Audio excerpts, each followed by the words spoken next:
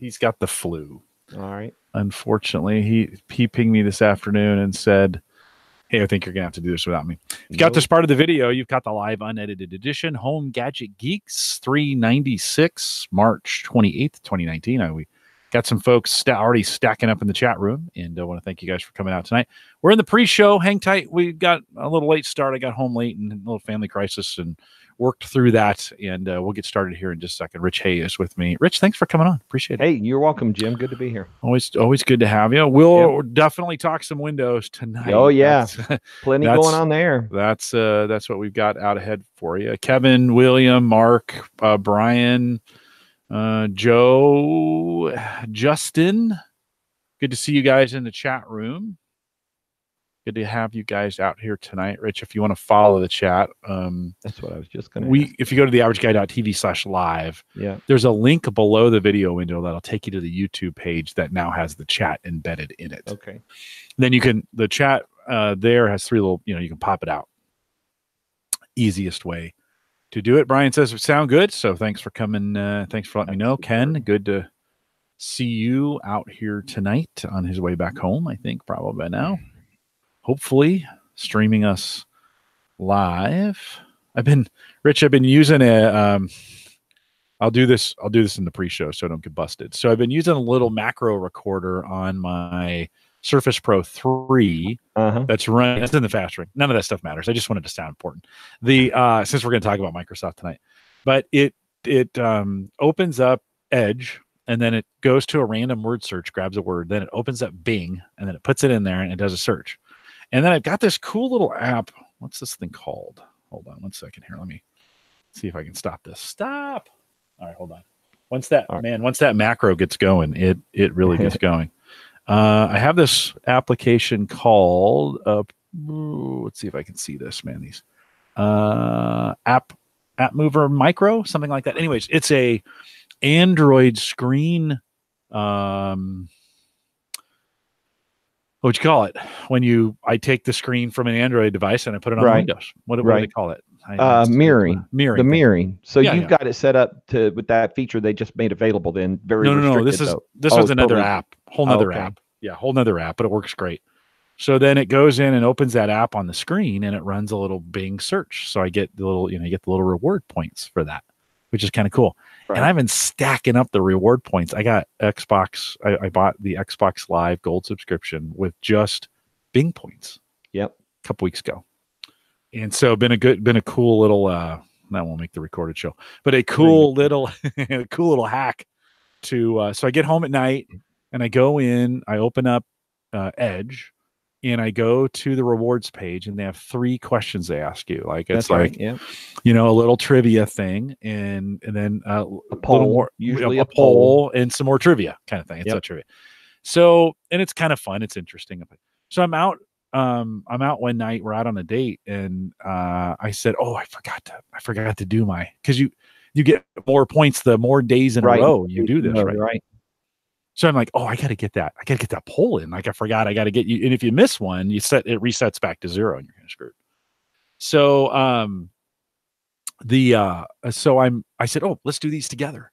So I was reading the questions off to Sarah and she was like, where do you do this? I'm like, no, it's on Bing. It's in the Bing rewards. You can do it every day. They got a whole new pictures and things you can do every day. She's like, I want to do that. So I think she's gonna probably start doing it, not for the Bing rewards, but for just because it's super fun. Yeah. It's you learn a lot actually. As I go through them and do them, I learn quite a bit. Yeah. No, every day. I think I'm up to 60. Wow. That's impressive. I don't think I've ever made it a week. Well, I break my 3-day streak all the time. 66 days. That's awesome. That's spectacular. How many points does that accumulate for keeping it? Well, I think every 10 days at that point, you get an extra 150 points. Oh, okay. And then you can, there's an Xbox app for it as well. Right. Not as daily as the daily ones. Yeah. But 5, 10, 50, if you buy games, they'll give you up to, if you play the games, you can get up to like 2,000 points. By doing quests and stuff like that. Yep. Yeah. No. And cool. Spending money on your Microsoft account will earn you points, kind of like a rewards card. Yeah, I bought the Xbox that way. And so I got, I don't know, 1,000 points or something for that. That'll do it.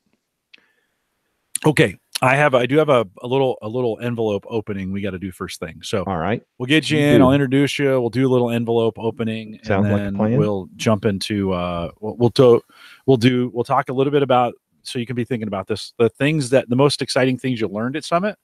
Then we're going to look a little ahead to Windows 10 and the features you're looking forward to, and a little bit of what you think the rollout will look like. I think it's imminent at this point, right? Don't you think? We're getting close. Yeah, definitely getting close. But we'll talk about that because there is a lingering issue. Okay, so that right there will take the whole time. Yeah. So let me open this thing up and do it. Here we go.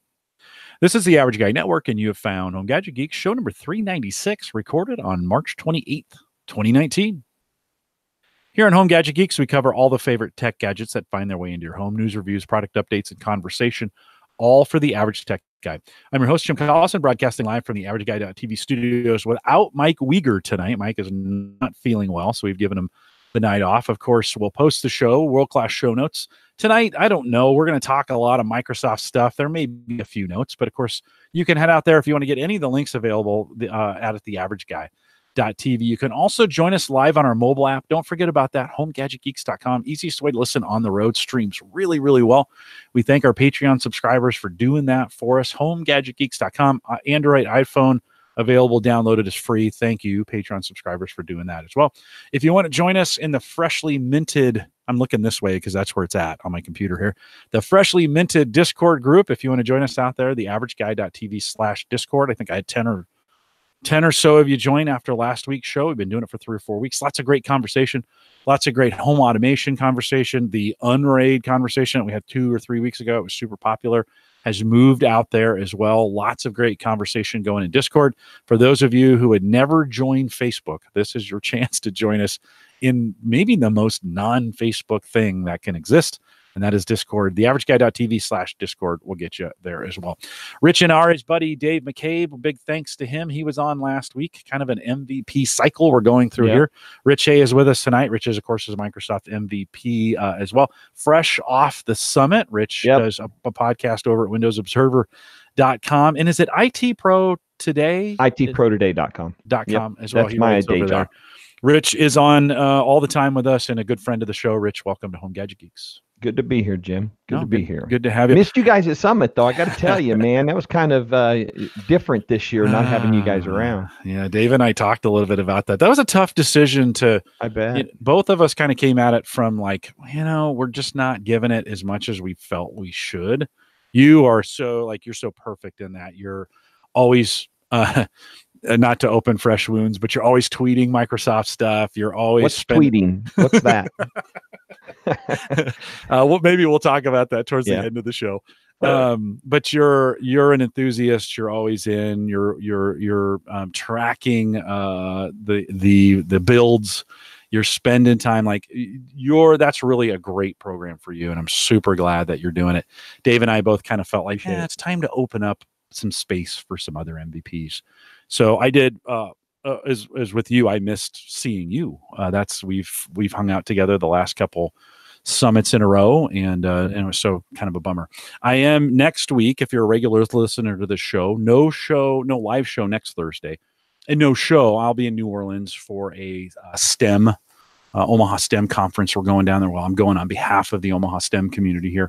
So no show next Thursday. We'll be out. But Rich, thanks for coming. We need to do a little bit of an unboxing, or maybe what we call an unenveloping. That's what we do. So Ron, Ron, he's out there in the chat room all the time. Ron sent me a little gift during the week. I'll read the letter to you. So Ron, thanks for doing what you did here. He says, I'm sending you the 3 prototypes of the coins I've been working on. The first one is all green. Second one is with the names. On the third is a new master with a few tweaks, and a big one. For you to keep on display, look at it as a rare one. I hope you enjoy them as much as I enjoyed making some. Rich, this is super cool. First of all, I don't know which is first and which is second is third, but I'll just bring these out. So Ron 3D printed. Let's see if I can do it this way. Little lights on there. Ron made these 3D printed. Home Gadget Geeks logo. So a little coin. It's just the 3D print. So that's super cool. That's a nice little Home Gadget Geeks. And then This one, a little bit smaller. This one's going to be hard to see. A little bit smaller on that. The edges, though, have it says the average guy.tv along the edges. You probably can't see that, but I can see it. And then it says Jim and Mike. It's got the logo on it, the average guy.tv. So Ron, super cool. That's another one, another little coin. We got two more that are in here. This one, plain green, maybe a little easier to see in the light that way. So a little logo there, and that's pretty cool. I think Ron said these take maybe an hour to print on a 3D printer. Wow.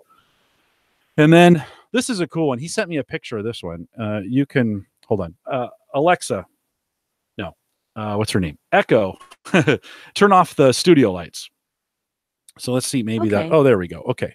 So maybe that helps. Oh yeah. Yeah, darkens out a little bit. So you can see there's the logo, so the logo on the front, and then he's printed on the edge there, the little average guy logo that's on the side. So Ron, thanks for doing that. A really nice hero. Echo, turn the studio lights back on for me, please. See if she'll do that. Echo, turn on the studio lights. All it is blue there. There we go. So Ron, thank you for sending those. Super cool. I need to here. I'll tell you what I'll do. We'll take this one. Set that. So can you see that back there? There's my head. You can certainly see it, but right there. It's not clear. But you can see there's something greenish. The lights. The filament that they use is kind of shiny, and so it reacts to the lights that are there. But Ron, thanks for doing that. Really cool to get that. We'll have to figure out some way, maybe make these available for a fee where folks can buy them, and especially this one. This one's super cool. It's just a little average guy. I don't know if folks would like to have these, but we'll figure out something. Ron, thanks for sending them in. So I appreciate that. Rich, let's talk a little bit about Summit for you. What do you think? Okay. What do you take away when you go to a summit like that? What do you take away? What were some of your takeaways that you can talk about? I know you can't talk about it all, but what are your takeaways? Well, the key thing to understand about Summit, of course, is the reason they invite us out there is to interact and hear from the product teams. And of course, everything's, and I don't say this to brag, everything's under non-disclosure agreement, right? So most everything, probably 90% of the content we get in the room is non-disclosure. So we have to, it can't leave the room either. So it's kind of, it's kind of a situation where it's really cool to hear that stuff. And I would love to talk in detail about what I heard, but of course we can't. Now, what I wrote earlier this week on my site about Summit to kind of summarize Summit was, first off, I think I commented, we may have talked about this, shortly after Satya Nadella became CEO, we had our first summit that fall. So he became CEO in February. We had I think it was our last fall summit was that fall. You could feel a difference on campus and around the employees and people we interact with a lot, the softies, that things had changed. And I think it's just progressively gotten better over time, right? As things become more focused and all that. And Satya has certainly had a significant impact on the company, not just from a stock price level, right? That's all good too. Believe me, investors love that stuff. But the bigger challenge is making hard decisions, making cuts, and that impacts people. And I think Satya Nadella gets that. There's a lot of people out there in the world that think Satya Nadella is anti-consumer, or that Microsoft has become anti-consumer. And there's some reality to that, I think, but that's kind of they've been cutting away a lot of excess, I think, getting rid of programs that are costing money, that aren't profitable, that aren't, and enthusiasts and fans on the other end of decisions like ending Windows Phone or Windows 10 Mobile see it from that perspective, right? They don't, and they believe a company should just keep doing it because we like it. And that it's okay to like stuff. It's okay, to be enthusiastic about hardware and stuff, but understand companies ultimately have a task at hand, and that's to be profitable, that's to be efficient, and all that kind of stuff. So I can tell you, the folks that we heard from over those 3 days, man, they are working on some stuff they're excited about. I think when people see it, they're going to be excited. There's some really cool stuff going on at Redmond. Yeah. Really good. Beyond the whole tearing down the original buildings and building new stuff. Had that started? Had they that started? they have, yeah. Okay. They actually in the visitor center, they've opened up. Now you guys won't have known this store. Basically they took the old employee store, they called it the company store. Remember, it had that little room with the turnstiles. You had to go past and show your thing to get in, right? That's where they had all the discounted stuff. Now it looks like a big Microsoft store, a retail Microsoft store. So everything's out on the shelves. There is no secret back room that you have to get a pass to. But when you go up to the checkout, you've got to validate who you are in order to get the proper discounts. And it's like a Microsoft store. So stuff on display, hardware, software, the whole kit and caboodle, plus all the logo stuff. And then the visitor center across the way, they've got a massive picture, a model of campus, and with a light showing what they're working on for this phase that they're replacing the original X buildings, you know, the ones that were cross-shaped. Apparently, Lake Bill is not going anywhere. That if you don't know about Lake Bill is a little pond. We call them retention ponds down here in Florida, in between those original buildings, and they named it Lake Bill. And so that's still going to be there. It's not going away, but everybody was a little freaked out that it might. But yeah, so I didn't even, we saw construction. The state of Washington is building light rail stations that are going to come across that area and drop off in Microsoft and another place nearby. And that's going to connect from SeaTac. So there'll be a ability to go light rail all the way around to Microsoft. Yeah, that would really help. I'm not sure that helps the commuter, you know, the commute situation there as much as it does. I mean, it's super convenient if you're coming to Microsoft. You can get off the plane, get on the light rail, get right into Microsoft. It's a little messy today to get that done. I'm in Seattle.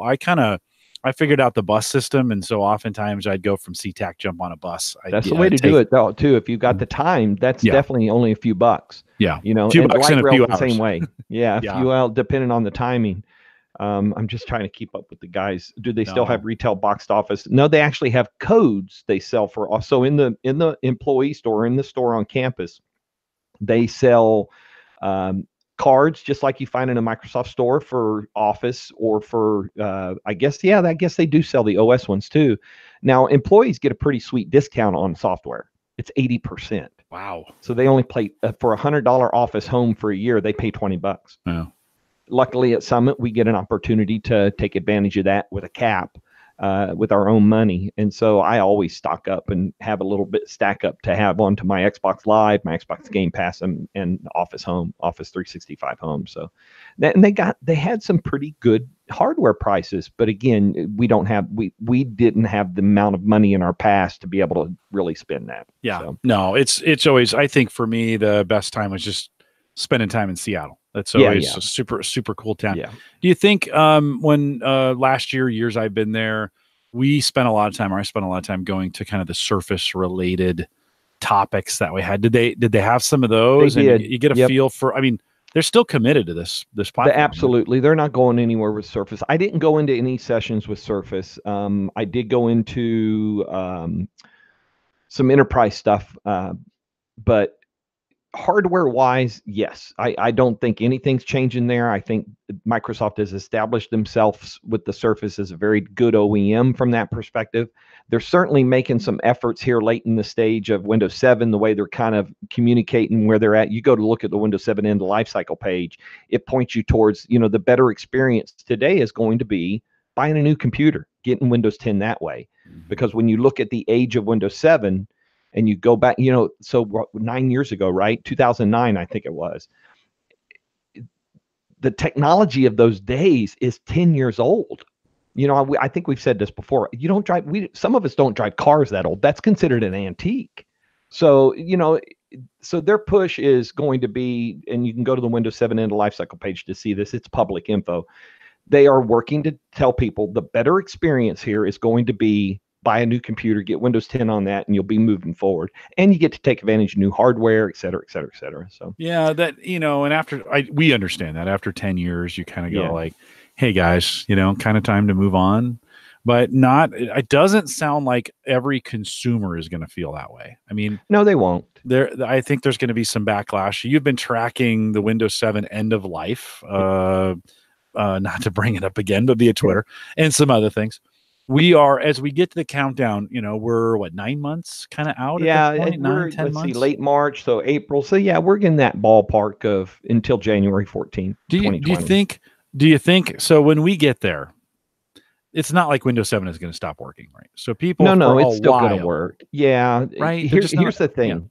On the 14th of January, it's Patch Tuesday. They're going to issue the last set of patches, public patches for Windows 7 on that day. That means in February, there won't be any patches for Windows 7 unless you're a commercial entity or a business and you have paid for extended security updates. And that has it. I think it depends on what you are on, Enterprise or Windows 7. And each year they're available for 3 years, and each year that price doubles. So Enterprise starts at $25 a unit per device, and I think Pro is at 50. So it starts a little more expensive on the Pro side, right, compared to Enterprise. Mm-hmm. So in year 2, that device now costs you $50 for Enterprise for the extended security updates, and the other one has bounced up to $100.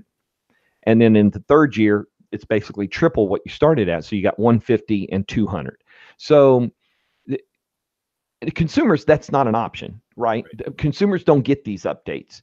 So can a consumer stay on Windows 7 after 14 January and be okay? Yeah, for a while, because basically until that next vulnerability pops and there's no patch for it.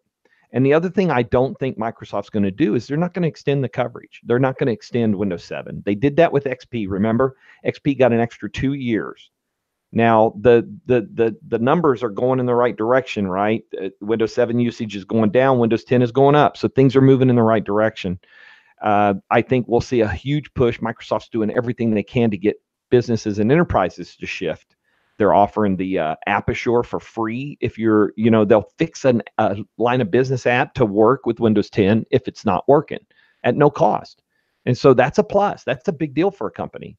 And so, yeah, when you look at the enterprise size, they have options, but it's an expensive option. However, preview just started last week for Windows Virtual Desktop, right? Coming off of Azure. They announced this at Ignite last year. It's a Windows 10 multi-session virtual desktop. Some people want to use VDI to compare it and things like that, but it's basically a virtual desktop that you get off of Azure that serves up to your workstation. Mm-hmm. It's multi-session, so that means more than one person can be logged into that OS instance at one time. It also supports Windows 7. And Windows 7 will get the 3 years of extended security updates if you use it through that service. Mm-hmm. So you don't pay extra for that, but you'd pay your compute time and cost to Azure and things like that. I use that when I was an MVP, I would use my dollars. We got $150 on Azure every month, and I spun up several Windows 10 instances to run on that, $28 to $50 a month. Yep. And you kind of go, well, that's kind of expensive. Well, but you're not owning the equipment. When you're done, you shut it off. Yeah. You can kind of size how big you want your drive. Do you need small drives, just enough to run Windows and get an instance out there? Or if you need bigger space, you pay for it. You kind of pay for what you need. Rich, I got a Windows 7 media center sitting behind, not behind me, but in the next room. My wife is watching TV on it now. For a person who's maybe running media center, and there's like 5 of us left in the world.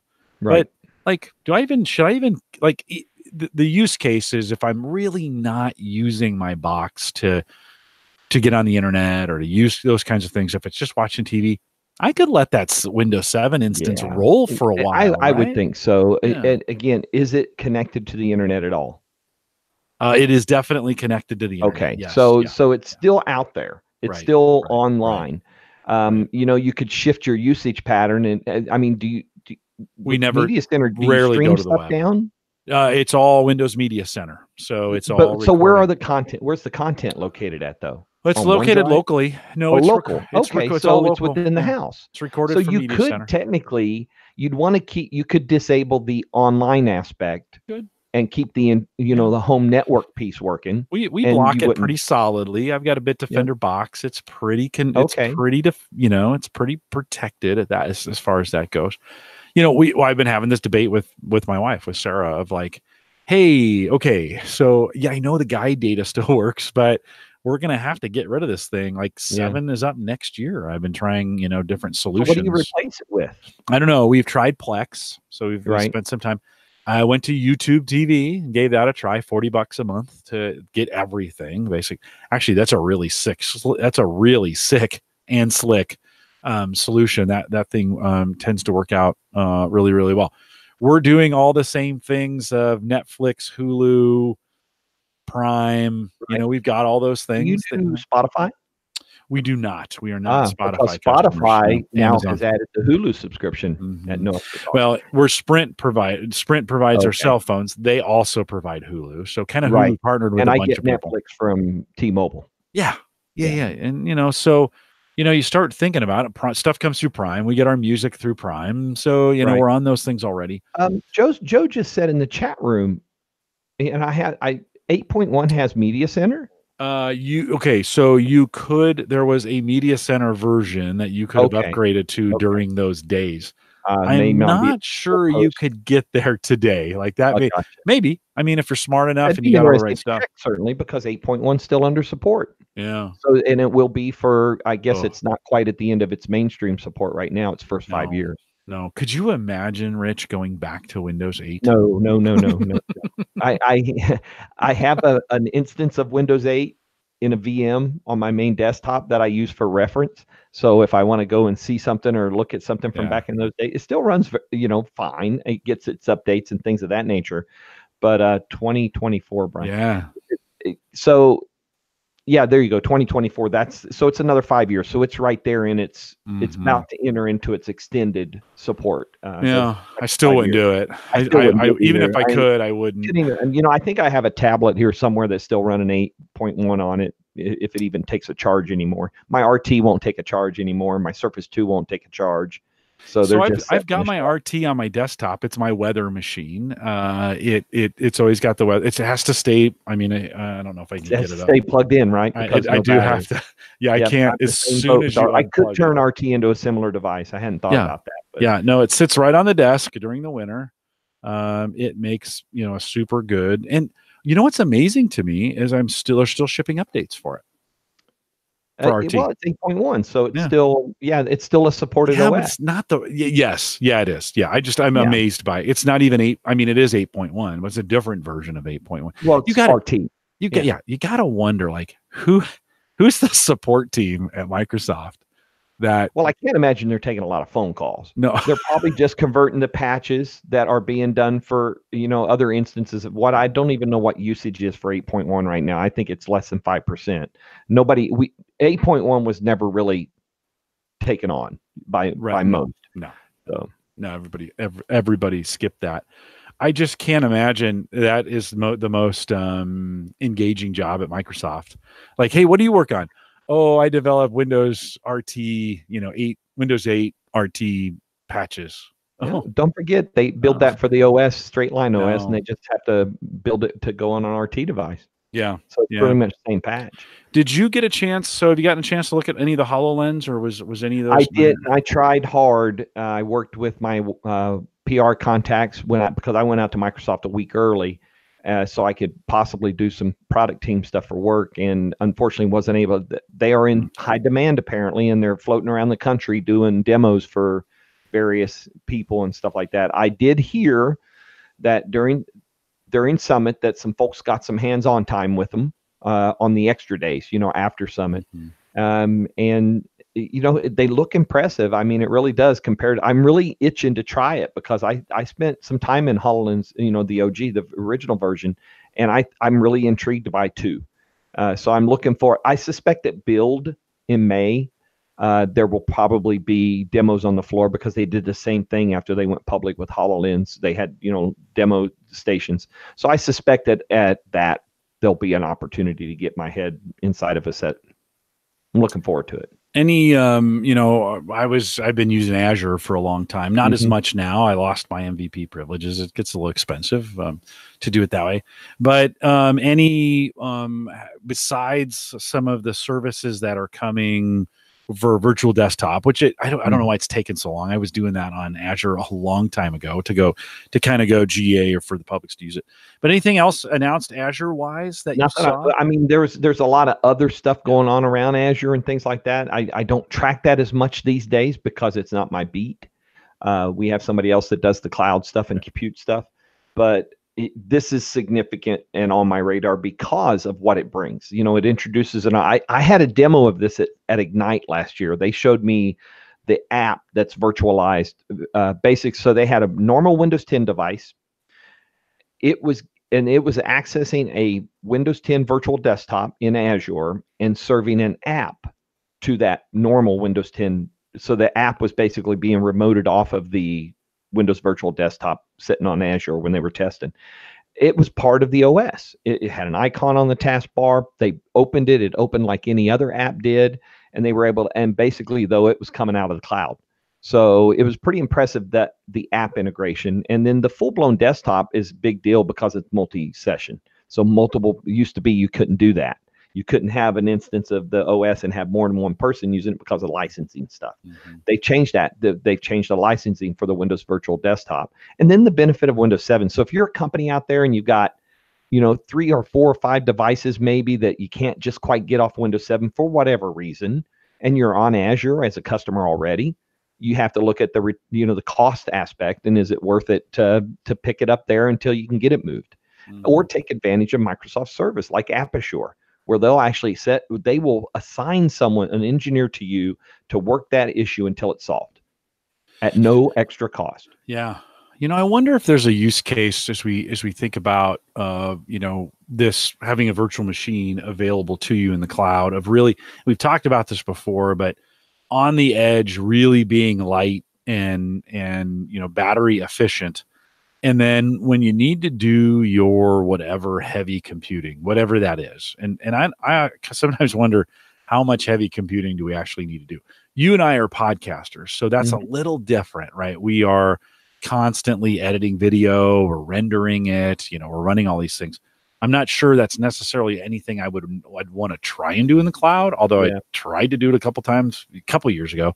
Wasn't ready for it yet. That may be different now, but that edge device, so pay for a device you're only using. So you're doing some things, web browsing, all that other stuff, light stuff you're doing, like, okay, I need a little more horsepower. Fire up the VM, turn it on, do its thing. Do you think there's a use case for that in the future here, where we shift the heavier stuff to the cloud? Here's all I got to say to that. Project X Cloud, Microsoft's game streaming service, that they're already putting blades into the data centers that are basically Xbox One X's. And then you have Project Stadia, however Google pronounces it. I think it's Stadia. Okay. So you have their cloud streaming, and that the intent there is that the heavy computing is done in the cloud, and then you get the stream of the interaction. So they've apparently dealt with the lag and latency and things of that nature. I want to see it.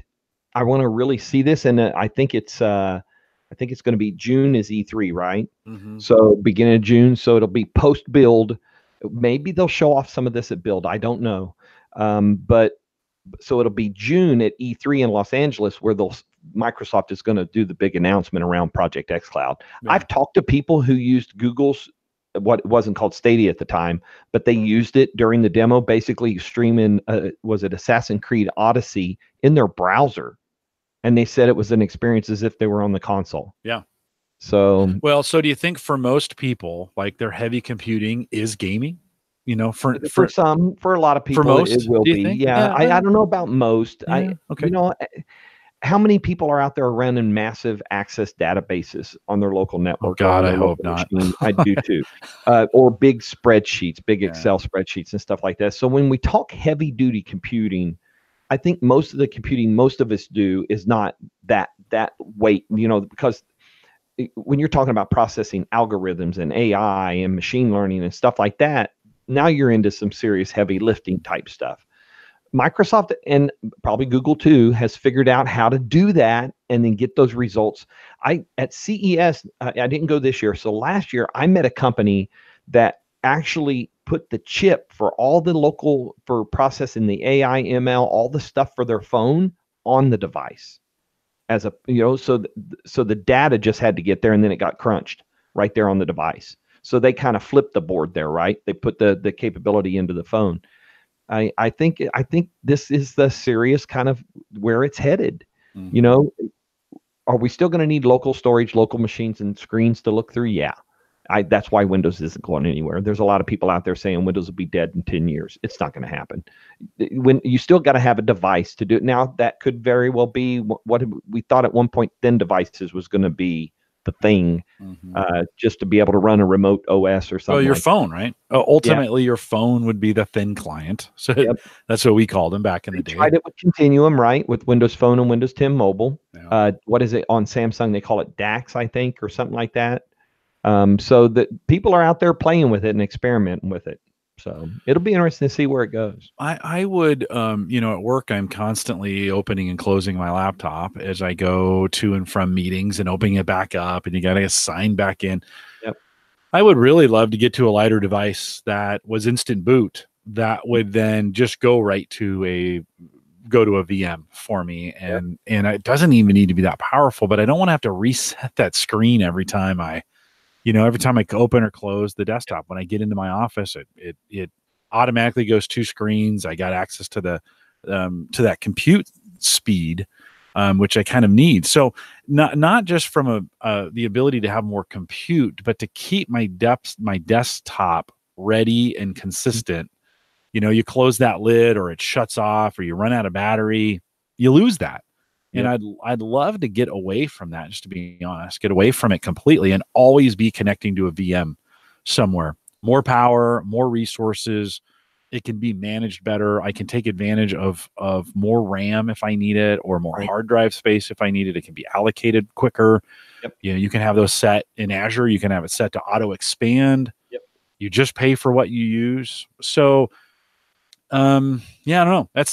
To me, that seems super attractive. And they're trying to build the machines for that, right? They're still working on these Snapdragon based Windows devices that are based on Snapdragon ARM, basically.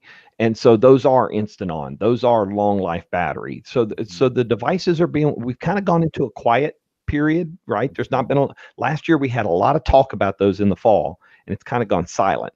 Now, I suspect maybe at Build, I thought this was going to happen last year at Build, but maybe this year is the year, because there is some rumor bouncing around that I've read online back when Twitter was available to me,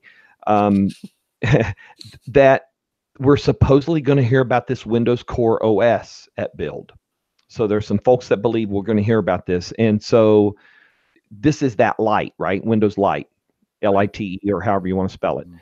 So it's possible, if that's what we hear about at Build, that means that the market, the hardware is starting to come along that's going to enable those types of devices. Again, like you're talking about, lightweight, good battery life, quick on, quick off, that kind of stuff. And then your heavy lifting, there's options there. Obviously, it'll be an OS there. For the 99% of normal users, that's going to be more than enough power. And then you have to, the people who need to do the heavy duty stuff anyway, universities, colleges, whoever that might be, that are crunching numbers or AI or ML, they'll have access to that kind of framework as well. Yeah, and I don't want my form factor to change. I want a full size keyboard. People are like, "Oh, you go a tablet." No. I still want to carry a full size keyboard with me with a screen that I access. I don't want to change that. I just want the compute to move either into the cloud or move into my data center, where I know, so I'm in the building. I spend 95% of my work at work. I mean, I'm in the building all the time. Right. So for me, it could be local. It could be on Azure. I have a great internet connection. Somebody was saying in the chat room, about the problem with that. Issue. Right? No, totally is. But I do work in a high speed environment. And for me, it would be, I think, really helpful, beneficial to push that compute, for most of it, push that compute into a state that I can just quickly log into and use. And I almost couldn't even tell. I mean, I use a lot of remote desktop here. I've got 7 PCs running in this space right here. I don't go to them to use them. I just bring them up as an instance on my desktop, right? And use them that way. So I kind of like to see that. I would like to see that change happen kind of sooner than later. Let's talk a little space. I didn't tell you we were going to talk about this, but I always have to talk a little bit of space with you, because you're in the mecca of space. I mean, some great stuff is going on. I'm going to ask you a question. I don't think you think I'm going to ask you, Boeing has had a lot of trouble with their Max 8 and Max 9 aircraft. They this summer are getting ready to launch one of their first spacecraft off the back of one of their planes. Do you think this is going? Did you know that? Mm-mm. Yeah. So Boeing's play in space is to fly. Oh yeah, okay. They attempted this launch either earlier this year or late last year, and it got scrubbed. It was going to launch from Canaveral. They were going to take off from the shuttle landing facility. The rocket was basically strapped. It's not a Max that's carrying the rocket. Right. No, correct. And so they were going to strap the rocket underneath the airplane, go up to altitude, and launch it or drop it, and then allow the engines to continue. So kind of take some of the work, the initial heavy lifting, out of the process. Yeah. So and there's other companies that what is the other company that does? I mean, I guess you could compare it a little bit to Virgin Galactic in the way they carry their spaceship up with I forget what they call the airplane, but they carry it up to like 40,000 feet and then release it, and it fires its rocket engine and it goes. So it's a similar idea. This one was going to be, I forget what the mission was. There was a NASA social going on, so they got scrubbed a couple times due to weather, I think, and they just have now postponed it. And so it's just another way to get a rocket up into the air. Well, there's a lot going on down here, though. Blue Origin has opened up a manufacturing facility down in the Space Coast. You know, prior to shuttle going away, a couple of years into shuttle going away, the third-party stuff was already shutting down, and so things were getting kind of deserted down there. You go down. I went down a few weeks ago for the Falcon first crewed launch of Dragon, right? Uncrewed, but it was the crewed version of Dragon. And it's bustling now. There's lots going on down there. There's people, you know, the Blue Origin has come in. Another one has just broken ground, Space Ventures or something like that. So they're building rockets. They're going to build them out of 3D printed material. So like carbon fiber type stuff. And then, of course, you got SpaceX doing what they're doing. I was on a social with NASA about 2.5 weeks ago, the Moon to Mars, right? That Monday when they announced their 2020 budget stuff. And so we were on Kennedy. They took us up onto Launch Complex 39B, one of the old shuttle Apollo launch pads. Yeah. And we got to see the work they're doing to redesign it. They've built a new flame trench. They built this movable device that can be moved based on the rocket to deflect the exhaust and stuff like that. So it's kind of cool to be up on top of the launch. And we got the normal kind of tour of VAB and other things like that. They're busy down there. They've opened up buildings to handle stuff for SLS that were closed down after shuttle. So they've opened up where they put together the segments of the solid rocket boosters that they're going to use on SLS, same ones that were used on shuttle. They've opened that building back up, and they're training and they're practicing to stack these elements on top of each other the way they'll do for the live stuff. So they're really excited down there. What's going on? Well, it makes living down there pretty interesting, right? Well, because you're not far from a launch, and they're doing them quite often, right? Well, we're looking next month. We've got a cargo resupply SpaceX Falcon 9 going, and Falcon Heavy. It looks like they have cut out a piece of time on the range, on the Atlantic range, to launch Falcon Heavy. It's going to launch some satellite, some communication satellite. But so we got the second launch of Falcon Heavy. This one won't have a car in it, but you know, I'll be, if it's at the right timing, I'll be down there somewhere nearby to watch that Falcon Heavy. Well, it's because Boeing is making a real run at this in an alternative way, right? SpaceX has certainly got the majority of the press. They're the darlings right now of space, right? Blue Origin, some others they're doing things too. But it was just really interesting at the end of, I was watching, maybe it was when the SpaceX vehicle was coming back from the space station. Oh, the crewed one, right? Splash down in the Atlantic. And so when that was on its way back, they were mentioning Boeing was going to launch this later on this summer, that they were going to try this new way of doing. And then, of course, they have had nothing. Like, I don't know how it'll be interesting to see how they survive these last two, and can they get this piece right? And you think, well, okay, that affects the airlines. No, I think this actually is. They're not going to launch it with this vehicle, but do you really want to launch a test vehicle and have something go wrong with it? Yeah, no. After optics, right? Yeah. No, you don't. And like I said, they're already dealing with enough bad press because of the issues around the Max, and that the safety software and alerts and sensors weren't part of the normal. That whole thing. Yeah. So They've got issues on their hands. No. And, oh, by the way, Boeing is working on CST-100, which is their version of a manned crew capsule that will, and I thought we were going to see it go up unmanned this year, but I guess that's going to push maybe into 2020. They are going to launch that on a ULA, a United Launch Alliance. Delta 4, I think, is what it'll go up on. So it'll be, Boeing's, that's commercial companies, and ULA will do the rocket piece for them. And ULA is an extremely reliable launch. Yeah, they launch a lot of those. Yeah. They've been going up, I think. A lot of military stuff, right? I think is what they do some commercial stuff. What they've been doing. It is like sometimes I thought when I was a kid I'd missed the golden age of space because of the Apollo missions, and they ended in the 70s, and I think we missed it. I think you got to pay attention right now. Like I think you need to pay attention to what's going on.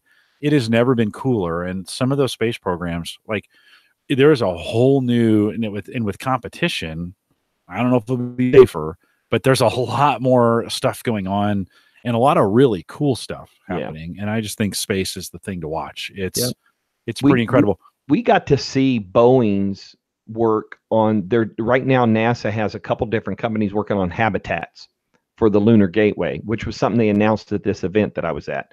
So this Lunar Gateway will be basically a Crew Dragon or the Orion. It'll be Orion. It'll be NASA's crewed vehicle.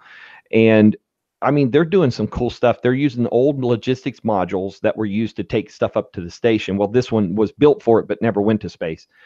Donatello, it's called. So you had Donatello, Raffaello, and I forget the other one. The other one is actually part of station now. They refurbed it and made it a space to attach to the station on the last shuttle flight, or next to last. So they're doing some cool stuff down there. And this whole, if you heard this past week, there was a speech given, and 5 years. NASA has been challenged to get astronauts back on the moon within 5 years. Wow. So yeah, well, and the whole thought of the moon, right, is a jumping off point. It's a point. It's a stopping point. It's not a permanent destination. Right. Yeah. Go up, it's a refueling. And it's a lot easier to go. By the way, you can test all the technology you need to do on Mars at the moon, but be within 3 days of the Earth. Right. That's the kind of idea there. Yeah. No, super cool. I just don't ever get sick of it. I think there's just some great stuff coming with space. You're in.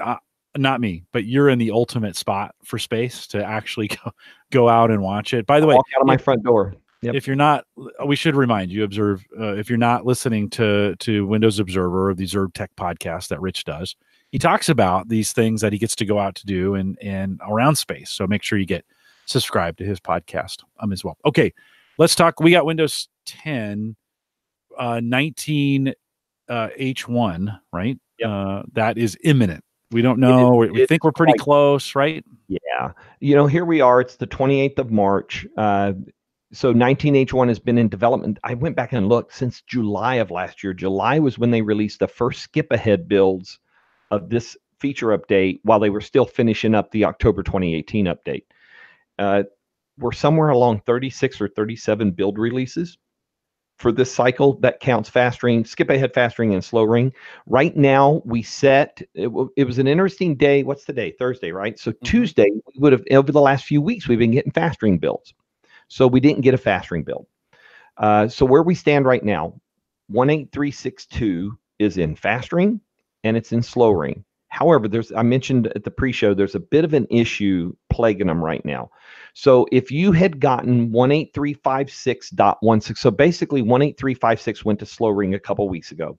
Microsoft serviced it twice, right, to make some patches to it. It took it to build 18356.16. When they released 18362 to fast ring last week, it won't upgrade. So there's a ton of people that can't upgrade from 356.16 to 362, right? The latest slow ring build. Lots of input, lots of feedback, lots of upvotes over the course of the weekend. They figured out the issue. They know the problem. They're working on a fix. So right now, I can take a production machine, switch it to slow ring, and it will upgrade to 18362. No problem, unless you've, of course, got games on there, and then it's the anti-cheat software issue they have. But so they figured out the issue. I think here's where we stand. As soon as they get that patch verified, they're going to push that patch out to 18356.16, service it, and then they have temporarily turned off the slow ring 18362. So because of the issue, because otherwise it'd just cycle and cycle and cycle. So I think once they service 18356, they'll push out 18362. Once we know that that works and successful, I think very quickly thereafter, they'll push it to release preview. And then from release preview, which is pretty much we're looking at 18362 as the release candidate, what we used to call a release candidate. I know they want to put it in release preview because that expands the number of test devices on it. That's why slow ring is so important. And then, past history shows sometime around Patch Tuesday in April, this will be released, probably the week after, I would say, based on the fact that we're here at the end of the month.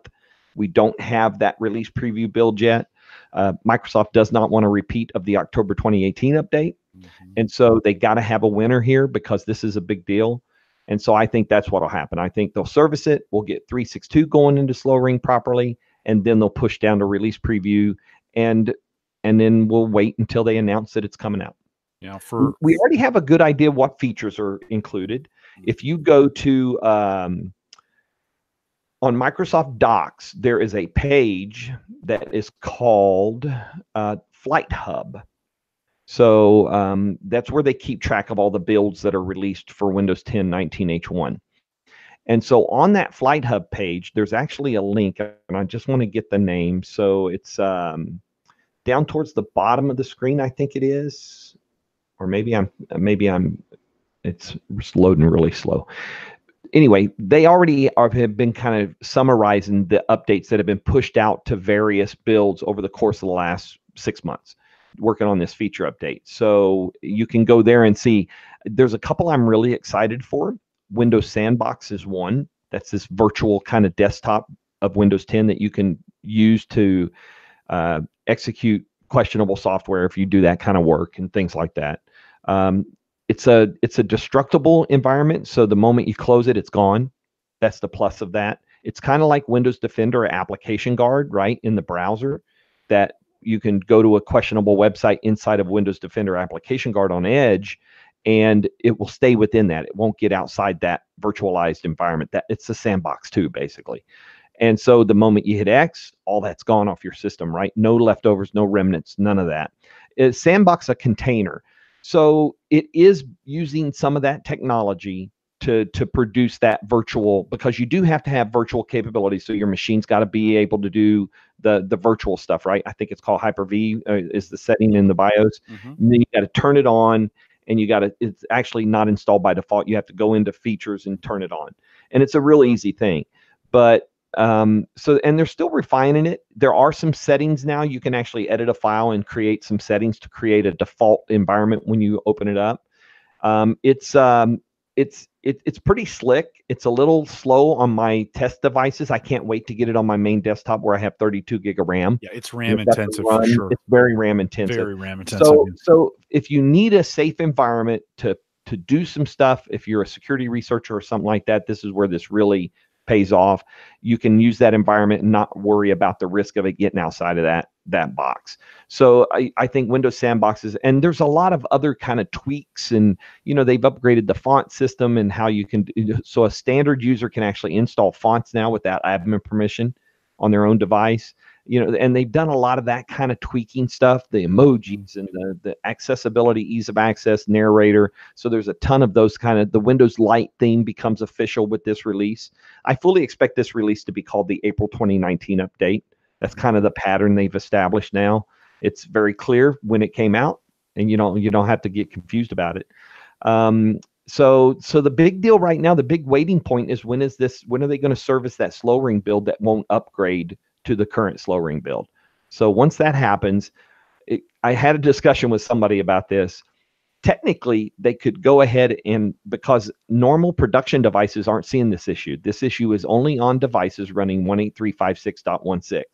So if you are on a standard production 1809 machine, you can upgrade. I've done it. I upgraded Surface Laptop last week to 362 to go ahead and push that out, and a bare metal device to slow ring. But we're there. We're right on top of it. So they have 3 significant issues pending. One is the green screen of death. which is related to the gaming anti-cheat software. So if you install PUBG or Fortnite or something like that, I couldn't get Surface Book 2 upgraded I was on campus and couldn't get upgraded. I attempted over multiple times. And then during the session with the flighting team, I actually had me a couple softies over my shoulder. We couldn't figure out why. It was giving an alert, but not populating the alert, right, to tell you what the issue was, because I had uninstalled Fortnite and I thought got rid of the stuff. Turns out there's a subdirectory in another directory that the cheat software's in, and it's not cleaned off when you uninstall the game. That was blocking the install. The moment I found that, boom, got upgraded. So we're right there. So it's going to be a good release. I think I'm running it on multiple devices, and it's become really solid, I think. And of course, all the app updates that go around that, the inbox stuff and things of that nature.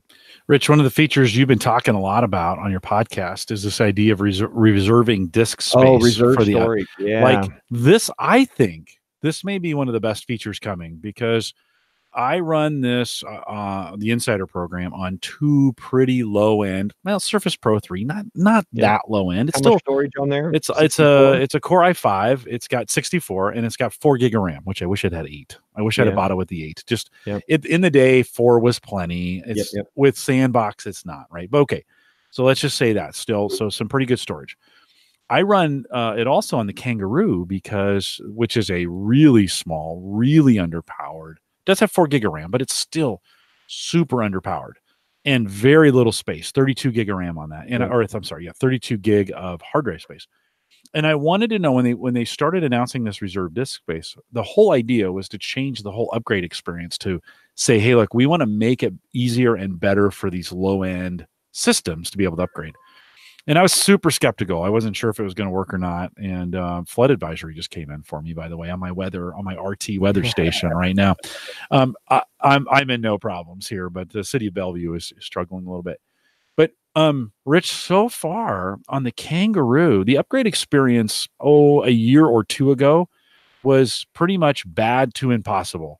You would have to do these gyrations where you'd have to make sure you deleted stuff, and then you'd move stuff around, and then you wouldn't have enough space. It'd be like, hey, can we use your D drive? And you would put some stuff there, and it was just, and then that thing would get super hot, and it was just terrible. I have, now that we've started doing the reserve, and initially I think it started, you had to go into the registry and change something to get it going. And I think now it's not automatic still. No, there is no toggle. And I talked to the program manager for reserve storage during Summit. Oh, that would have been great. I would have loved that conversation. And he did share that the way you activate this once 1903 comes out, this upcoming update, is a clean install. So on a clean install, it will be automatically triggered. So, and then existing systems, they're not messing with those. They did it under Insider because they wanted to test the feature. Right. I'm sure there's still going to be a way to trigger it, right? To go, and I don't know if they're putting a button in the system or if it will be a registry edit like we had to do in December. I have 2 or 3 of those. I have 2 of those New Vision, an 8-inch and a 10-inch 32 gig tablet. So I intend, and those last couple cycles upgrades have gotten better, but I don't use those daily, right? I don't have a lot on them. I don't use them a bunch. I just keep them upgraded to use them for reference. So it'll be interesting to see how devices like that. Now, I think we're starting to, this is coming along, but I also think we're moving away from these low storage, low end form factors.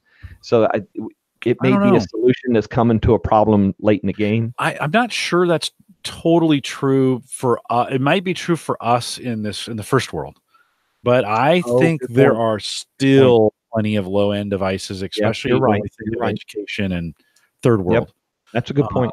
So it's an interesting feature. I've been tracking. I've stopped tracking now. I was tracking since December how much the space changed over each subsequent build, and things settled in pretty good. Everybody initially freaked out about 7 gig. You're going to take 7 gig of my hard drive? Well, there's a good reason behind this feature. Yeah. And the intent is to prevent customers from hitting walls due to storage, because the Windows 10 upgrade process for a feature update basically takes your existing installation, so your some of the program files and your data, and it moves it into a temporary directory. It's called windows.old in the root directory. And then they clean up and give you a fresh install of Windows 10, and then they migrate that data back in with your settings so that when you log on, boom, there you are the way you were. the problem would be is that that's a lot of data sometimes. You know, if you're using cloud storage consistently, it might not be as bad, but most people have issues around the amount. Like you were saying, people have to go in and delete apps in order to make the install successful. They're trying to eliminate that pain. And they have. I think they have. And it sounds, and again, I'm looking forward to the first cycle where I get that with the feature turned on, especially on the small tablets, just to see. But it sounds like you've had that experience and it's working. No, Kangaroo, absolutely, where it used to just be a nightmare. And by the way, Andrew reminded me that that's the Kangaroo that the battery exploded on. I mean, it didn't quite explode, but it did get, I made that kind of a mining machine and it was running 24/7. Not intended, not a good idea, and not intended to run that often. That battery got hot and really expanded. Kangaroo was kind enough to replace, and I've been using that. I continue to use it as a Windows Insider box just for this purpose, to say, how is Microsoft doing? Trigger, right? You flipped the bit in the registry. I went and flipped the bit. Yeah. And have been monitoring it. 6 to 8 gig is kind of taking, but changed that thing. I never have to worry about it upgrading now. I go in there, pop in, set it, watch it as it does it, and it upgrades very smooth. So what I'm imagining, Rich, is if they've gotten good at that working well for crappy low-end devices, how much better should our upgrade experience be on powerful machines? So it should be the Surface Pro 3 now is literally a few minutes now to upgrade these. I mean, these upgrade cycles have gotten so good at this. This is one area, and I'm not an MVP anymore, so no bias here. But I watch this thing. I'll get home and it'll be like, hey, there's upgrade waiting for you. I'll start it, do a few other things, and come back, and it's done. Yeah. And so I do think, now you mentioned this a little bit earlier, Microsoft has to have a really good, solid launch this time. 2 in a row have been bad. Well, they even had some issues last spring, remember? So there was a couple little things, although it didn't cause them to pull it. Then they had the really bad launch in September. Just this week, they finally have declared that 1809 is ready for wide distribution and install upgrades. So I think most people are going to skip it, don't you think? 1809? Well, think about it. 1809, it has 30 months of support. So for a business or an enterprise, if they wait for 1903 only gets 18 months. Yeah. So in that case, you might see somebody. So if they're not on 1809, that means they're maybe on 1803. So 1803 only gets 18 months. So you're talking about this fall. So yeah, they could shoot for this fall and get to 30 months of support for the fall. That way. One more feature that I think has been high profile is the separating of search and Cortana. So if you're on any build, any non-insider build, your Cortana search experience, I think a little weird. One box. I think a little weird at first, but I think most users have grown to embrace it. It's not a feature that I heard people clamoring about. Like, this is so terrible, you have to get rid of it. I think Microsoft's got some other ideas for Cortana. And so I think pulling that out of search, you're going to see some new, when you click the search button, you're going to see a new UI as well, which is programs you've been using, searches. They call it. Yeah, which I actually think is more helpful. When I use the heck out of Quick Search in my File Explorer. I'm constantly, I am constantly finding files and stuff. I mean, I spend most of my evenings and some of the crypto work that I do, I'm going in and getting passphrases, or I'm documenting things, right? So I'm spending times in and out of these files. And Quick Search has just been, it's been amazing for me. It's so sped things up. I think with this search change going, I think we're going to see a similar, it's going to take me a little bit of time to get used to that, but restarting those things or going to those programs, they were always there, by the way. They're on the start menu. So if you click start, right there. But the UI layout is much more intuitive, as I've been using that in the insider builds, and I think people need to give that a try when they get out there. What do you think? By the way, under the hood, they have updated the indexing stuff. So part of the reason why you're getting a better experience is because the indexing has been approved in general for the OS. So it's more efficient in indexing, And so the search capability therefore becomes better because more things are indexed because it's able to do it quicker. Yeah. Yeah. No, right on. I think that's one of those under the hood changes that is going to be, again, it's very, very different when you click the search menu now and you see this completely different UI than we've ever seen before.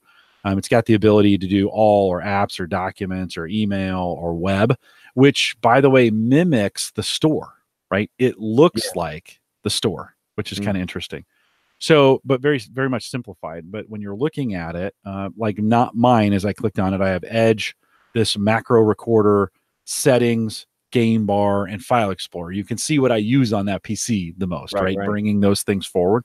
I think that's going to be pretty handy. So as folks upgrade, most of the enthusiasts here aren't. I think most of my listeners are not in the insider program, but they will upgrade pretty fast, right? When we get there. And so for me, for you, if you're upgrading, I think that's one of those things you kind of want to check out. Check out that option. You mentioned Sandbox. I actually wrote an article on how to upgrade Sandbox at theaverageguy.tv. So if you go to theaverageguy.tv, search Sandbox in there, and you'll see the artitle. Super easy to get installed. File no. This is now the new setup within where you can go. You don't edit the file. You go into add features and programs. Where you go in to install Sandbox itself. Yeah, and you find Hyper-V, click on it, add it. It does its thing. Super easy to do. It's been if and when in the next couple of weeks. By the time most people are listening to this, you're a week or two, I think, away. I think for most, if you want it right away, just keep refreshing. Seeker mode. They're going to do it like they have in the past. So Seekers will be the first. So if you go push Windows Update, or you can go download the media creation tool and things like that. So it's going to initially come out for folks going and looking for it. Yeah. Rich, looking ahead to the future, kind of last question for you as we think about this, as you think about, 20H1 is out. Have you looked ahead, or is anything you're looking forward to as far as what you know, or some things that are coming up? Yeah, I mean, all we have, Mary Jo Foley, I think, reported on this not long after. So basically what you're talking about is skip ahead at the end of 19H1. Rather than going to 19H2, the second feature update for this year, it went to 20H1. Mary Jo Foley later reported that this was simply and purely that Microsoft, because Microsoft publicly said we need more lead time for that OS release. It's related to Azure, because they have specialized versions of Windows 10 running on Azure that are built for certain kind of activities in the cloud, and so they got to incorporate that into 20H1. So they need a longer lead time. Basically, right now, 20H1 has simply been mirroring 19H1 builds. So if you go and look at the list of fixes and known issues, it's almost mirror image of each other, right? And so they've basically been, as they patch things in 19H1, they've done it in 20H1, and we get a release for that every week. The interesting thing is going to be 19H2, because Microsoft is going to take, so as we get to the end of 19H1, so we talked earlier about 18362 being current slow ring build. The goal, obviously, since they haven't released a new fast ring build, their goal is to get 18362 into release preview so that ultimately becomes the general availability build. Once that occurs, there'll be a brief opportunity for you, if you're an insider and have a device on Insider, that you can pull out of the program without having to reinstall the system, right? Because shortly afterwards, fast ring is going to start getting 19H2 builds. So that will be whatever the fall's going to be. I believe that it's not going to be as big of an upgrade. I think they're shifting focus maybe to stability, uniformity, UI cleanup, things of that nature, rather than adding a bunch of new features. Kind of a major minor feature update approach. Tick and talk. We don't know for sure. They're not saying that. They're simply saying 20H1 came early to skip ahead because they needed a lead time. So that's all. And we didn't, there was nothing said that would lead me to believe anything else. But I just, having watched Microsoft over the years, just something about 19H2 and the way they're approaching it just seems unique. So and maybe we'll find out in a few weeks. I think it's good to keep your eyes on it. If you're not doing it, by the way, anybody can join the Insider program. Yep. So if you want to jump in there, get that done. Now wouldn't be too bad of a time to do it. No, slow ring builds are really stable. unfortunately, it's not going on my main desktop yet because I play Fortnite. So that's not happening. But I've upgraded Surface Laptop, which was a production machine on 1809. It's not running Windows 10s. I converted it to Pro a few months ago. So it's running on Surface Laptop with no problems. I think 362 is a great build to be the final build. And it'll probably have some kind of day one servicing update. But yeah, it's not a bad time to go in. If you're on production and you're ready to kind of dive in, this is a very stable build. You go join Insider. It defaults to slow ring if you choose active development of Windows. It doesn't default to fast, but fast ring's the same build, by the way. But it defaults to slow. You get the slow upgrade. You get the upgrade on your system. And then once it goes final, if it goes to release preview, you can then move to release preview if you choose to, or you could install 18362 and say, I don't want to be in Insider anymore when the window opens, and then you'll get the normal production updates. Yeah. If you want to get it early, you could join now. Yep. Get a good look at it. See if you like it. If you stay on it, then you probably got a good month or two before the new fast ring builds start coming. By the way, I only recommend fast ring. Like slow ring is super boring. Slow ring. We didn't have any slow ring builds until 4 or 5 weeks ago. Super boring. Just if you're going to test, get on the fast ring. We will have here's my prediction. We will have the first fast ring build for 19H2 before the end of April. I don't think they'll mess with they want to get those flowing. Get moving. Well, I think, and although my experience has been that even on the fast ring, they're not breaking things very often. So not really. No, it's fairly stable. I mean, there's little weird oddities for it. Yep. The doc you mentioned that we were talking about, what's new for Windows 10 Insider Preview builds 19H1. I will put a link to that in the show notes. That will be one of the few notes that we have. It is actually packed full of all the updates that are coming. While this is not a major feature update, there is a ton of stuff coming in this.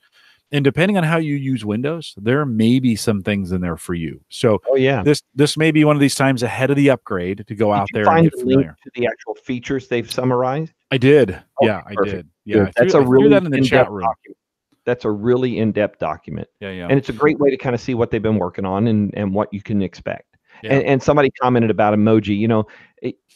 That we're at that point with Windows 10 where I'm not sure that there are these great whiz-bang, big changing features anymore, right? Sandbox is a significant feature. And from the perspective that they've pushed it out there and have it ready. Is there anything else in there that's really like whiz-bang huge? No, I don't think so. I mean, some of the things we talked about, like you said, reserve storage we talked about. So a lot of under the hood stuff is going on. Yeah. And that makes for more stable. By the way, I have recently started to track the Windows 10 subreddit on reddit.com. It's an interesting perspective. I agree, Andrew. Lack of bang is a good thing because it means stable. It means kind of consistent. They do have some stuff to clean up. And you know what? If they spent 6 months focusing on UI, making it look nice, making it match, maybe getting rid of all the older stuff. Control panel is still a very dysfunctional existence right now between legacy and the new Windows settings app. Getting better every time. Yeah. So, what was I saying? Sorry to throw you off on that. No, it's Andrew's fault because I saw his comment. Yeah. So we're kind of at that stage with this where there aren't any of those big deals anymore. And I think that's not a bad thing for Microsoft. And if they spent the time to just focus on those things, I think it would be I was talking about the subreddit on Windows 10. Right. Let me tell you, it gives you, as an enthusiast or as an advanced user, it gives you a new perspective on what people experience with Windows 10.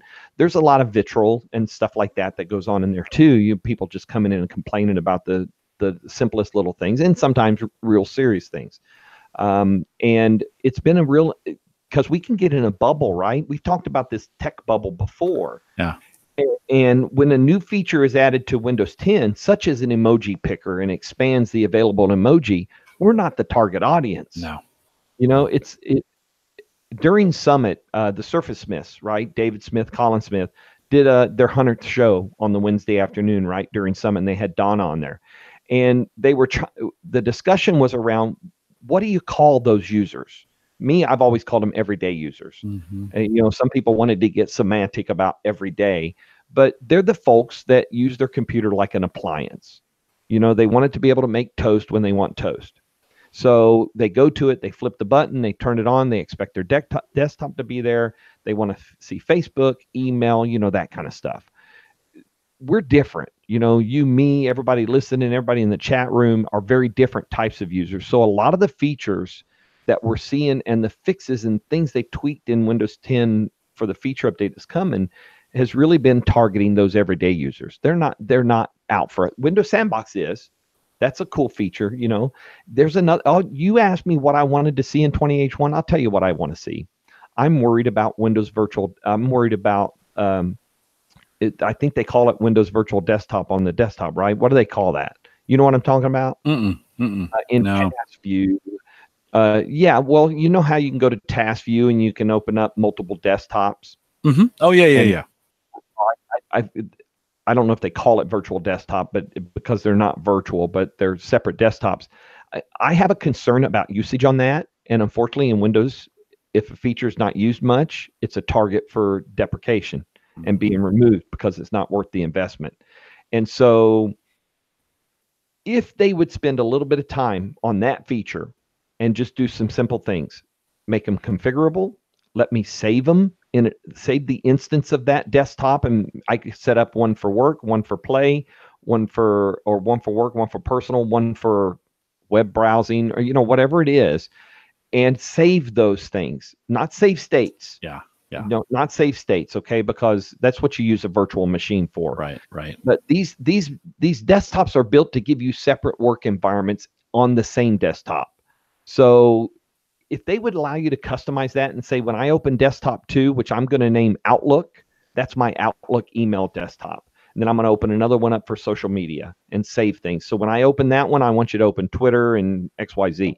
So I'd like to see some work on that because I think it's a nifty feature, but they're just destructible right now. So they don't add much value. And unfortunately, I think that would indicate low usage, and those are targets, and those things will get wiped out of Windows in a heartbeat. Yeah, I do not find any use in them today. That's just the timeline. I'd rather have the open windows on the taskbar. Yeah, timeline features have not really been a factor. Yeah, timeline and stuff for me is a great feature. Yeah, no, it's good.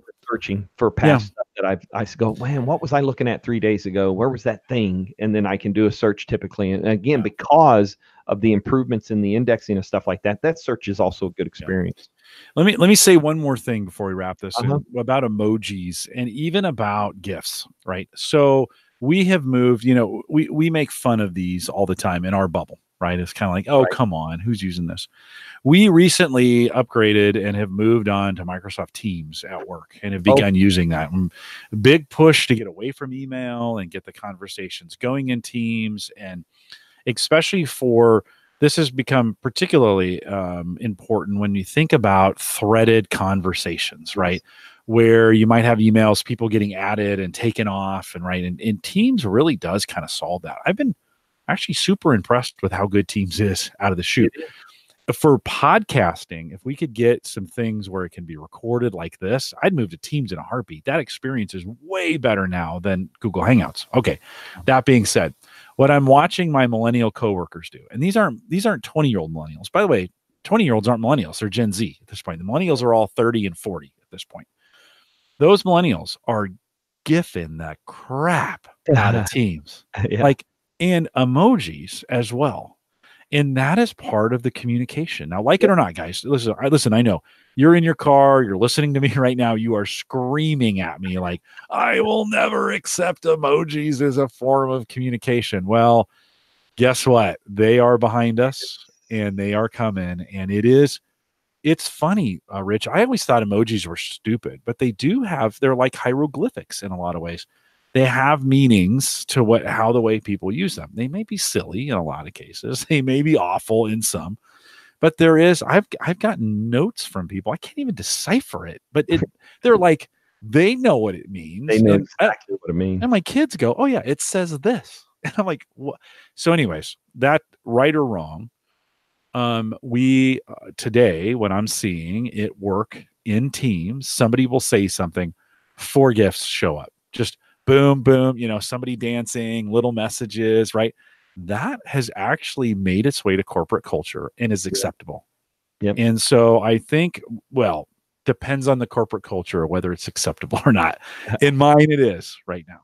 And I don't know, with the teams that you work on virtually, Rich, what are you guys using to connect, or are you Slack? Okay. I have a perfectly matching Teams channel built, all because we're an Office 365 shop with Informa. So I have built a Teams channel and site for us. And I've got everybody's accounts in there, everybody's folders, everybody's discussion board, it's an exact duplicate of what we have on Slack. There's only 5 or 6 of us. I can't get them over there. I can't get them to move. So people still want to send me Google Docs to collaborate on. I don't do Google Docs. Well, I do because my editor does. Yeah, you kind of have to. We're still, to be honest, 100% honest, since show 100, we've been on Google Docs here for my stuff. It's the only place I use Google Docs for. Like, I don't share a lot of docs. I mean, isn't Hangouts going away? So the consumer version of Hangouts, yes. Yeah. Okay. The Hangouts are moving into their G Suite, so it will continue to live in and then I think a version of it that we use now. What we're using right now is not actually it's not actually a Hangout per se. It's a YouTube live. And so I think they've just migrated the code over to YouTube. Okay. And with the YouTube redesign now, you access it through. I get this Hangout through YouTube now, not through Google Plus. Gotcha. Now we're going to find out on April 1st, right? Something. Yeah. Google Plus goes away. Like gone, which is a good thing. But I think we're fine on this. Okay. This works this way, by the way. I mean, this works great. I've been testing other options just in case other things happen, but I've been surprised. So when we look at, emoji 12.0 and we're adding new emojis and we kind of go, what? No, 20 years behind us, they are speaking emoji, and it's one of those kind of, will it be a fad? Probably. There'll be something behind that the kids do, and they'll be like, why can't you? The old people will be like, I don't know, emojis. I like emojis. Get off my emoji. So I don't know. I think it's coming up. Yeah. Rich, thanks for. Oh yeah, it's great to have you on here. Yeah, no, always great to catch up with you. What's coming up for you? What are you focusing on? What kind of things are happening in your world? Well, we obviously the release, the feature update's a big deal because we do a big piece. I do a big piece on it for work for IT Pro Today, focusing on the enterprise IT Pro kind of perspective of things. We're at a point where it feels like September. I think September was an anomaly with this issue that they had from the perspective of. It seems as if they've implemented some things quality control wise that I don't think we're going to have an issue. This thing that's happened in the slow ring is a minor issue in the scheme of things. Production machines can be upgraded. So, for me, I'm watching this release, watching what Microsoft does with it and how they move forward from it. Especially, like I said, we're really now in the post Terry Myerson era. When this build comes out, this is the last feature update that has Terry Myerson's fingerprints on it. Because they plan these things out 12 to 18 months in advance, right? So this is so the next feature update is the one that's got the fingers on it from the Scott Guthrie Azure organization, right? Yeah. And so we're with the new leadership and everything. So I think paying attention to this next 6 months is a big deal because we're finally going to see what their perspective is and where they intend for. This is going to be our first real test of where is Windows headed. Are they going to continue to put the resources there and keep this Windows 10 thing rolling? And how are they going to approach it? We've talked about it. I think there's real value in, rather than doing a feature update, focusing on stability, fixes, UI consistency, those kind of things, as opposed to adding a bunch of new features. And then, you pick back up in the spring. And again, that spring release will be interesting. So the next big event for me is Build. I think Build's going to be interesting this year, especially with the perspective of Windows Core. We've been talking about and hearing about Windows Core everywhere for, a year now. So build is just let's see, 7 weeks away. So that is the next big event on the Microsoft horizon.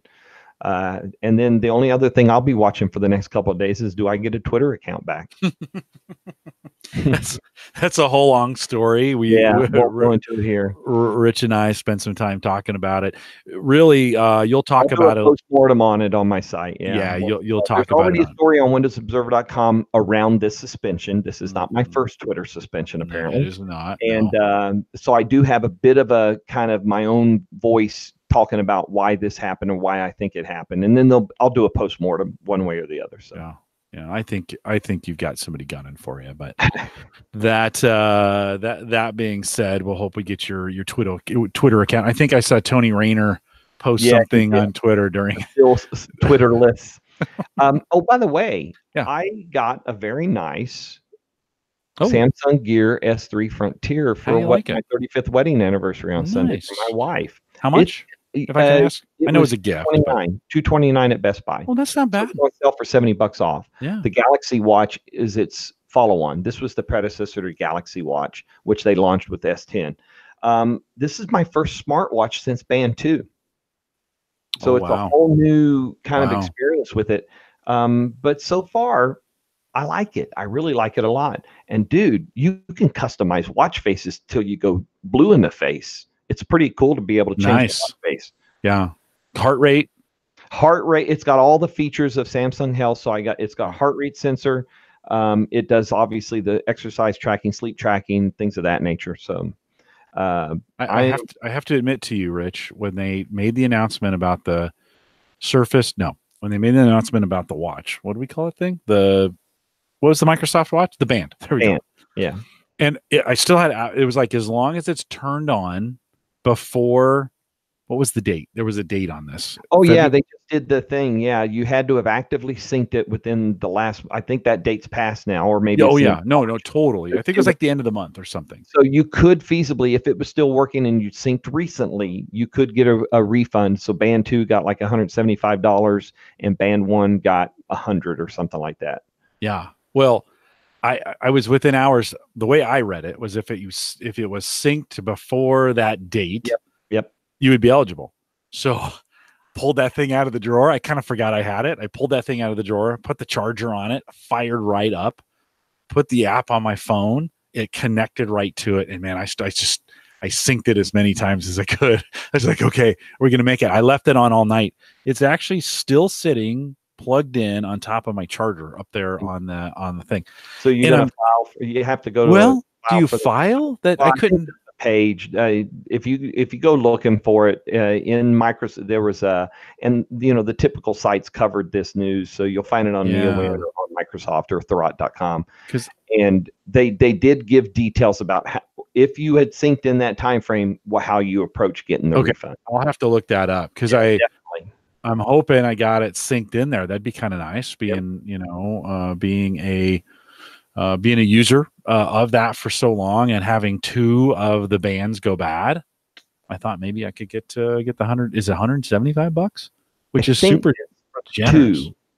Okay, yeah. That's what so all right. So the Verge story back in March, real quick. This was March 1st, so I'm thinking that meant it had to be synced by the end of February. I think it did. There is a link for applying for a refund. It's a support document. So basically, and Jim, I'll pop this link to you in Messenger. Okay. And so basically it says on May 31st, they'll discontinue the health dashboard. The app will go away from Store, Google Play, Apple App Store. Let's see what happened. All right, so daggone, where'd it go? Eligibility for a refund. You have to have the band that's covered under its limited warranty, or you are an active user. An active user is defined as a user who has worn the band on their wrist and completed a data sync from the band to the health dashboard between December 1st and March 1st. I did it. I did it on March 1st and wore it. I put it on and for an hour. Is that a band 2? The band 2. 175 and band 1 is 79. Now, what I couldn't figure out, apply for a refund. And so when I click on that link, so Yeah, you go to that page. So you just found the page that I was reading to you from. Yep. But I don't see it says refunds must be claimed by 8:30. Yeah. But I it don't doesn't see have a where link you on the go page. to. So I'm not Where sure do you, where that step goes, but yeah, well, I'll have to figure it and out. I know there's you a know few of you. that was kind of out of the blue that I they know. offered a refund for that device. I know.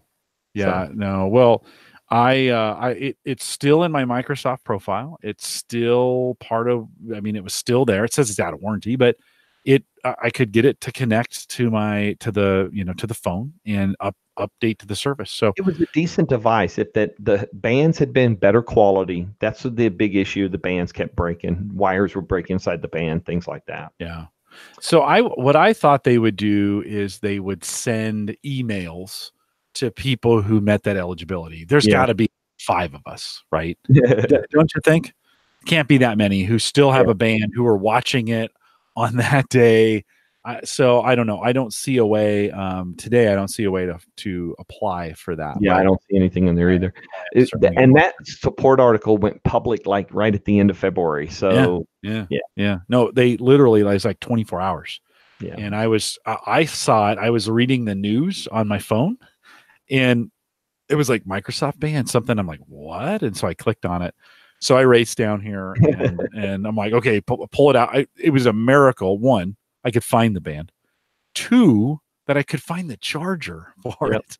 Right? Chargers were actually, I have 2 of them because they replaced it. Strangely shaped things. Yeah. Yeah. Not too different than the Apple Watch charger in the sense that it's a round, because of like a round disc. It would go on the end of the the wristband. But which reminds me, I probably need to charge this thing. I had 2 of the chargers, and they were in the box. They were in my recycle box, ready to go to Best Buy for recycle, right? So I pulled one out, threw it on the charger. I'm like, and then I put the band on. This is one of those nostalgic things, and I started going through it, and I was like, this had so many cool things on it, right? And it had sensors that we're just getting now for the most part. And that are now kind of normal on smartwatches. Yeah. Microsoft was one of the first. No, it was a really good, it didn't fit well. Like, it was not a good fitting watch. Not like your watch. No, not like my Apple Watch. Pretty nice. Yeah. I'm pleased with this. I'm really excited about using this. Yeah.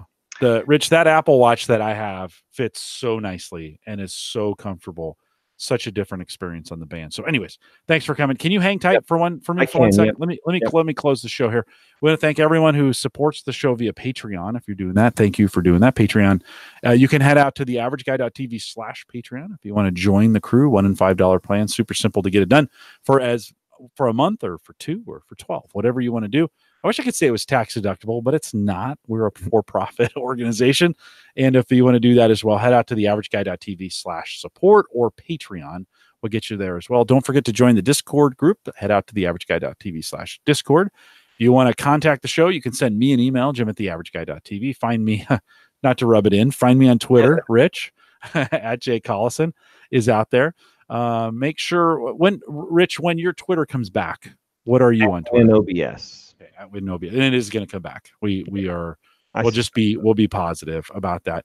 If you want to join the Facebook group, and I don't think anybody's going to join it now that we have a Discord group, but theaverageguy.tv /Facebook will get you there as well. Don't forget theaverageguy.tv, both web and media hosting, powered by Maple Grove Partners. Get secure, reliable, high-speed hosting from those that you know and trust. Really well done WordPress instances designed and optimized just for podcasters. Plans start at $10. It's Christian. You know him.